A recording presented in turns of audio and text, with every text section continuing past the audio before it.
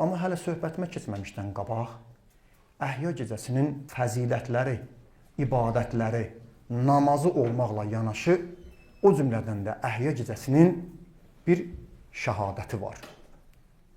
Ağamız Mövlamız Həzrəti Əli əleyhissalam Əhya gecəsində birinci gecədə zərbətlənib, matəm olub, ikinci gecə şəhadət şərbətini içib dünyasını dəyişib və sonraki gecələrdə torpağa tapşırılıb.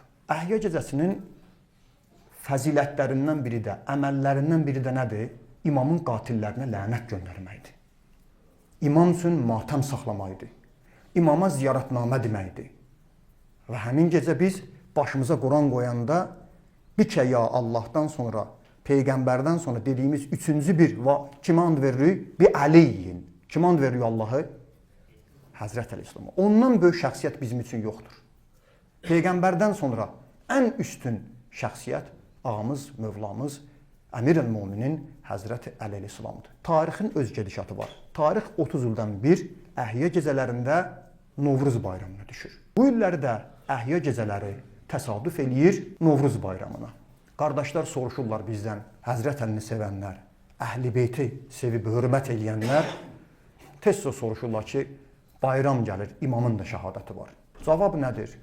Şükür Allaha neçə ildir Əhl-i Beytin qapısındasınız.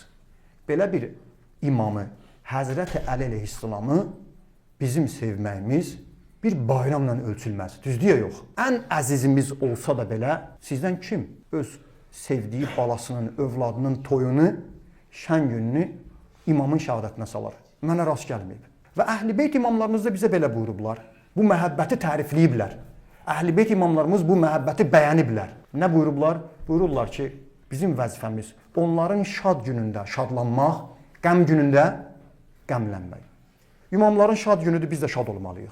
İmamların qəm günüdür, biz də qəmgin olmalıyıq. Novruz bizim adət-ənənəmizdir. Bizim milli bayramımızdır.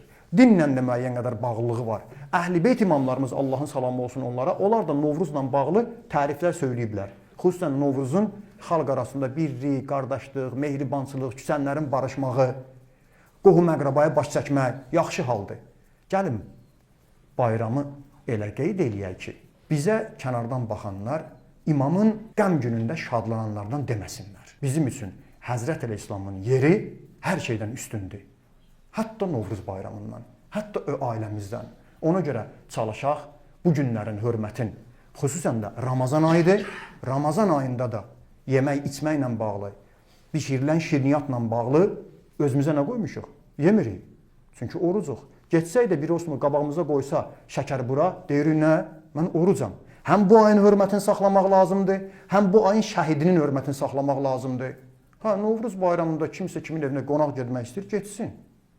İmamın şəhadətində kimsə qohumlara baş çəkmək istəyir, baş çəksin. Kimsə imamın şəhadətində küsənləri barışdırmaq istəyir, barışdırsın. Gözəl haldır. Amma şadlığın həddini elə eləyək ki, Əhl-i Beyt imamlarımızın da şəninə uyğun olsun. Ümidvaram ki, Allah təala bizi bu günlərin hörmətini saxlayanlardan qərar versin. Amin. Əhyaları soruşurlar, qısa onu da deyim sizə. Bəli, Əhya gecəsi yaxınlaşır, Qədr gecələri yaxınlaşır. Hamısı da o gecələrə hazırlaşır. Düz deyilirlər. Əhl-i Beyt imamlarımız yatanların üzünə su vururdular. Xanım Fatimə Zəhra salamlayha, yatanlar oyansın. Yatmayın həmin gecə. Nə zamandır? Yatmayaq. Allahın qapısına gedək.